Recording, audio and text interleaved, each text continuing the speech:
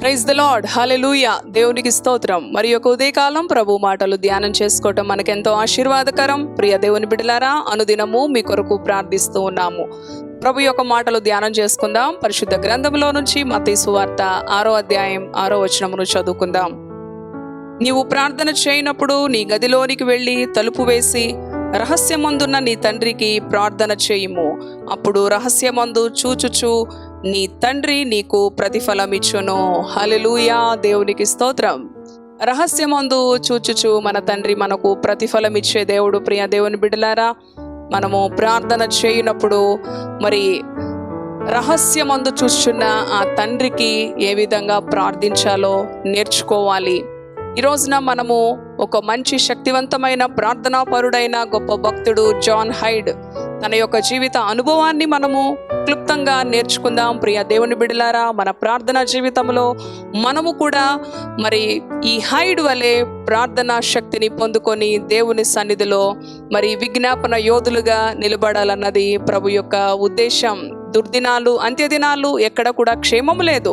కేవలం ప్రభు పాద సన్నిధిలోనే మనకు క్షేమము, భద్రత.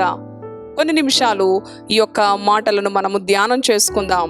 ఈ జాన్ హైడ్ అమెరికా దేశంలో ఇలియోనస్ అనే ప్రాంతంలో జన్మించాడు. 1865 సంవత్సరం నవంబర్ 9వ తారీఖున తన తండ్రి ఒక సంఘానికి కాపరిగా సేవకుడిగా ఉంటూ ఉండగా తనకు ఇద్దరు కుమారులు. చిన్నవాడు జాన్ హైడ్.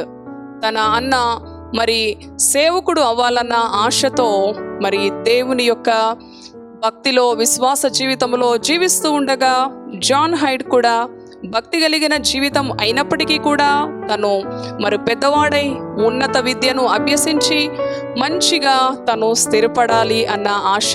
తన అన్నకైతే దేవుని సేవ చేయాలి, మరి దూర ప్రాంతాలಲ್ಲಿ దేవుని కొరకు మరి సువార్తను ప్రకటించాలి అన్న ఆశ కలిగి ఉండేవాడు జాన్ హైడ్ అన్న.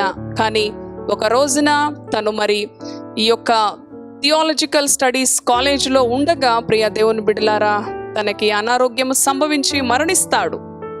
అటు రీతిగా హఠాత్తుగా మరణించుట చేత జాన్ హైడ్ తన అన్న యొక్క ఆశయాన్ని నేను నెరవేర్చాలి, నేను విద్యను అభ్యసిస్తూ నా అన్న ఆశయాన్ని కూడా నేను నెరవేరుస్తాను, నేను దేవుని సేవ చేస్తాను, దేవుని కొరకు జీవిస్తాను, అనేకులకు సువార్తను ప్రకటిస్తానని తన అన్న మరణం తర్వాత దేవుని దగ్గర గొప్ప నిర్ణయం తీసుకుంటాడు. ప్రియ దేవుని బిడ్డలారా, అనంతరం మరి 1892లో ఇండియా దేశం రావడానికి పరిశుద్ధాత్మ చేత ప్రేరేపించబడి మరి ప్రయాణం అవుతాడు. ఓడ ఎక్కి ఇండియా దేశం వచ్చి దేవుని కొరకు ఎక్కడ సువార్త అందని ప్రాంతాలు రావాలని దేవుని యొక్క ఆత్మచేత నడిపింపబడి మన దేశానికి రావడం జరుగుతుంది. ఓడ ఎక్కి ప్రయాణమై వస్తూ ఉండగా తన స్నేహితుడు ఒక లెటర్ ఇస్తాడు. మరి తన యొక్క పాకెట్లో పెట్టుకొని ఓడ ప్రయాణంలో ఆ లెటర్ చదువుతూ ఉండగా, పరిశుద్ధాత్మ శక్తి కొరకు ప్రార్థించు, ఆత్మ పూర్ణుడవై దేవుని కొరకు నిలబడాలి అని తన యొక్క స్నేహితుని యొక్క ప్రోత్సహించే మాటలకు కోపం కలుగుతుంది. నాకు పరిశుద్ధాత్మ లేకుండానే నేను సేవకు ప్రయాణం అయ్యానా అని. కానీ తన అంతరంగంలో అదే ఆలోచన మెదులుతూ ఉంటుంది. ప్రియ దేవుని బిడ్డలారా, అటు రీతిగానే ఇండియా దేశం వస్తాడు. ఇండియా దేశం, పంజాబ్ రాష్ట్రం, అనేక ప్రాంతాలు తిరిగి దేవుని కొరకు సువార్తను ప్రకటిస్తూ ఉండగా మరి మోకాళ్ళ ప్రార్థనా పరుడుగా, అవును, మరి ఈ జాన్ హైడ్ యొక్క ప్రార్థన అనుభవాలు గనక చూచినట్లయితే ప్రియ దేవుని బిడ్డలారా, రహస్యమందు చూచుచున్న తండ్రికి మొరపెట్టే అనుభవం, నిత్యము ప్రార్థించే అనుభవం కలిగిన వాడు ఈ జాన్ హైడ్. మరి తను ప్రార్థిస్తూ ఉంటాడు. వాక్యము గంటలు బోధించడు కానీ కేవలం ఒక 5-10 నిమిషాలు మాత్రమే వాక్యం అందించి గంటల తరబడి ప్రార్థిస్తూ ఉండగా జనాలు, ఆ ప్రజలకు అర్థమయ్యేది కాదు. కాలక్రమేణా గడుస్తూ ఉండగా ఆ ప్రార్థనలో ఉన్న శక్తిని, ఆ ప్రార్థనలో ఉన్న ఆ ప్రాధాన్యతను ప్రజలు గుర్తిస్తారు. గొప్ప కార్యాలు, ఆత్మకార్యాలు పరిశుద్ధాత్మ శక్తి చేత తాకబడి నింపబడిన వారై రక్షణలోనికి నడిపించబడుతూ ఉంటారు. ప్రియ దేవుని బిడ్డలారా, అటు రీతిగా మరి అనేక ప్రాంతాల్లో, అనేక రాష్ట్రాల్లో తనకి మరి భాష ఇబ్బందికరంగా ఉన్నప్పుడు తనకు ఒక బలహీనత ఉంది, వినికిడి లోపం ఉన్నది. ఆ వినికిడి లోపము వలన భాషను సరిగ్గా నేర్చుకోలేకపోవటం వల్ల అయినప్పటికీ కూడా ప్రభు సన్నిధిలో మోకరించి ప్రార్థించి, ప్రభువా ఈ ఇండియా దేశంలో ఉన్న ప్రజలు నశించిపోతున్న మరి మార్గంలో జీవిస్తూ ఉన్నారు అని కన్నీరు కార్చి నిత్యము రోధించే అనుభవం కలిగిన వాడు ఈ జాన్ హైడ్. ప్రియ దేవుని బిడ్డలారా, దేవుని కొరకు సమస్తాన్ని మరి సర్వ సౌకర్యాలను విడిచిపెట్టి సామాన్యమైన జీవితం జీవిస్తూ శక్తివంతమైన ప్రార్థన కన్నీరు కార్చి రోధిస్తూ ఉండేవాడు ప్రపంచంలో ఉన్న నశించిపోతున్న ఆత్మల కొరకు. అటువంటి గొప్ప భారాన్ని పరిశుద్ధాత్మ దేవుడు హైడ్కి అనుగ్రహించాడు. మరి అటువంటి దినాలలో కొన్ని రోజులకి తన ఎడమ భాగంలో ఉన్న ఆ గుండె కుడి భాగానికి వచ్చేస్తుంది. వైద్యులు చెప్తూ ఉంటారు, మోకరించి నీవు ప్రార్థించకూడదు అని. అయినప్పటికీ కూడా తను మోకాళ్ళ మీద ప్రార్థించేవాడు. తనకొక బిరుదుంది, ఒంటే మోకాళ్ళ ప్రార్థనా పరుడు అని. అవును ప్రియ దేవుని బిడ్డలారా, మరి ఆ యొక్క మోకాళ్ళు మరి ఎంతో రఫ్గా అయిపోతాయి. మోకరించి విలపిస్తూ ఉండేవాడు. అట్టి రీతిగానే అనేక దేశాలలో, ఇండియా దేశంలో అనేక రాష్ట్రాలలో గొప్ప ఉజ్జీవం, నశించిపోతున్న ఆత్మలు వేల కొలది లక్షల కొలదిగా దేవుని కొరకు మోకాళ్ళ ప్రార్థన ద్వారా సంపాదించాడు. ప్రియ దేవుని బిడ్డలారా, మరి గొప్ప నైపుణ్యంతో వాక్య చాతుర్యంతో కూడా బోధించే మరి ఆ కృప లేనప్పటికీ ప్రార్థించుట ద్వారా సమస్తాన్ని మనము పొందుకోవచ్చు అని మనము చదువుకున్నాం కదండి. రహస్యమందు చూస్తున్న నీ దేవుడు నీకు ప్రతిఫలం ఇస్తాడు. ప్రార్థించే అనుభవం నీకు ఉన్నట్లయితే ప్రియ దేవుని బిడ్డలారా, అటు రీతిగా ఎన్నో అనారోగ్య పరిస్థితులు వచ్చినప్పటికీ కూడా తను ఎప్పుడు కూడా ఏ మనుషులలో కూడా నేను గుర్తింపు కోరకూడదు, మరుగున ఉండి నేను ప్రార్థించాలి, ఏ మనిషి కూడా నన్ను హెచ్చించకూడదు, గణపరచకూడదు, ఎంతో తృష్ట కలిగి నా ప్రభువే కనిపించాలి, నా ప్రభువుకే సకల మహిమ రావాలి.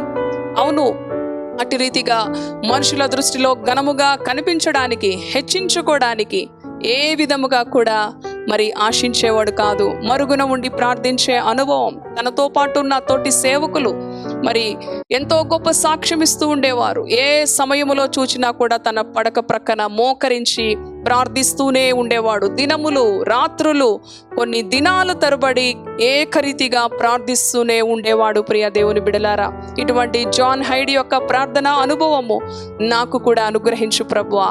ఆయన కూడా గెత్సేమనెలో ప్రార్థించిన అనుభవం, అరణ్యంలో ప్రార్థించిన అనుభవం, యేసుక్రీస్తుని మాదిరిగా తీసుకొని జాన్ హైడ్ మోకాళ్ళ ప్రార్థన యోధుడుగా ఏ విధంగా ఈ రోజున మన అందరికీ మాదిరికరంగా ఉన్నాడో, ఈ రోజున మనము కూడా ప్రార్థించే అనుభవం కలిగిన వారమైతే రహస్యమందు చూస్తున్న మన తండ్రి మన మొరవిని మనకి ప్రతిఫలాన్నిచ్చే దేవుడు, మనకి విజయాన్నిచ్చే దేవుడు. మనం కూడా నశించిపోతున్న ఆత్మల కొరకు, దేశము కాని దేశం ప్రజలు, తన దేశ ప్రజలు తన సొంత వారు కానప్పటికీ ప్రపంచంలో నశించిపోతున్న ఆత్మల కొరకు విలిపించేవాడు, కన్నీరు కార్చేవాడు, రోధించేవాడు. అటువంటి భారము నీవు కూడా కలిగి ఉండాలని ఉదయకాలం ప్రభు మాట్లాడుతూ ఉన్నాడు. కేవలం నీ కుటుంబం గురించే కాదు, నీ కుటుంబం గురించి నువ్వు ఏ విధంగా ఆలోచిస్తున్నావో, నీ కళ్ళ ఎదుట నశించిపోతున్న ఆత్మలు, అయ్యో నాశనపు మార్గంలో నడుస్తూ ఉన్నారే, ఈ నా ప్రజల కొరకు ఎవరు విజ్ఞాపన చేస్తారు, ఎవరు కన్నీరు కార్చి ప్రార్థిస్తారు అని మనము కూడా ప్రోత్సహించబడదాం. ప్రియ దేవుని బిడలారా, మరణకరమైన వ్యాధులు వచ్చినప్పటికీ కూడా అంతము వరకు క్రీస్తు కొరకు నిలబడిన భక్తుడు జాన్ హైడ్. ఇటువంటి కృప ప్రభు మనకు కూడా అనుగ్రహించాలని ప్రార్థిద్దాం. తలలు వంచండి. దయగలిగిన తండ్రి, పరిశుద్ధుడా, నీ పరిశుద్ధ నామానికి వందనాలు.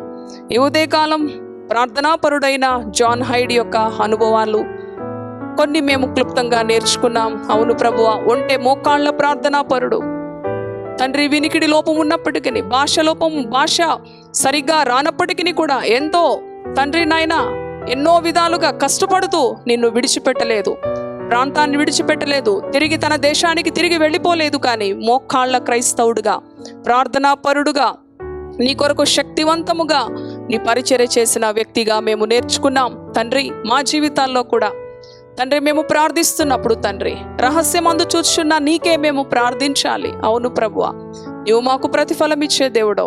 జాన్ హైడ్ వల్లే నశించిపోతున్న ఆత్మల కొరకు మేము కూడా కన్నీరు కార్చి ప్రార్థించి అనేక ఆత్మలను నీ కొరకు సంపాదించాలి, నీ రాజ్య వారసులుగా నిలబెట్టాలి. అవును ప్రభువా, ఆత్మలను ఇవ్వు, లేకపోతే నన్ను తీసేసుకో అని ప్రార్థించేవాడు జాన్ హైడ్. అట్టి రీతిగా నశించిపోతున్న ఆత్మల కొరకు రోధించే ఆత్మను నీ బిడ్డలైన మాకందరికీ కూడా అనుగ్రహించమని యేసు పరిశుద్ధ నామములో ప్రార్థిస్తున్నాను తండ్రి. Amen. Amen. Praise the Lord. God bless you.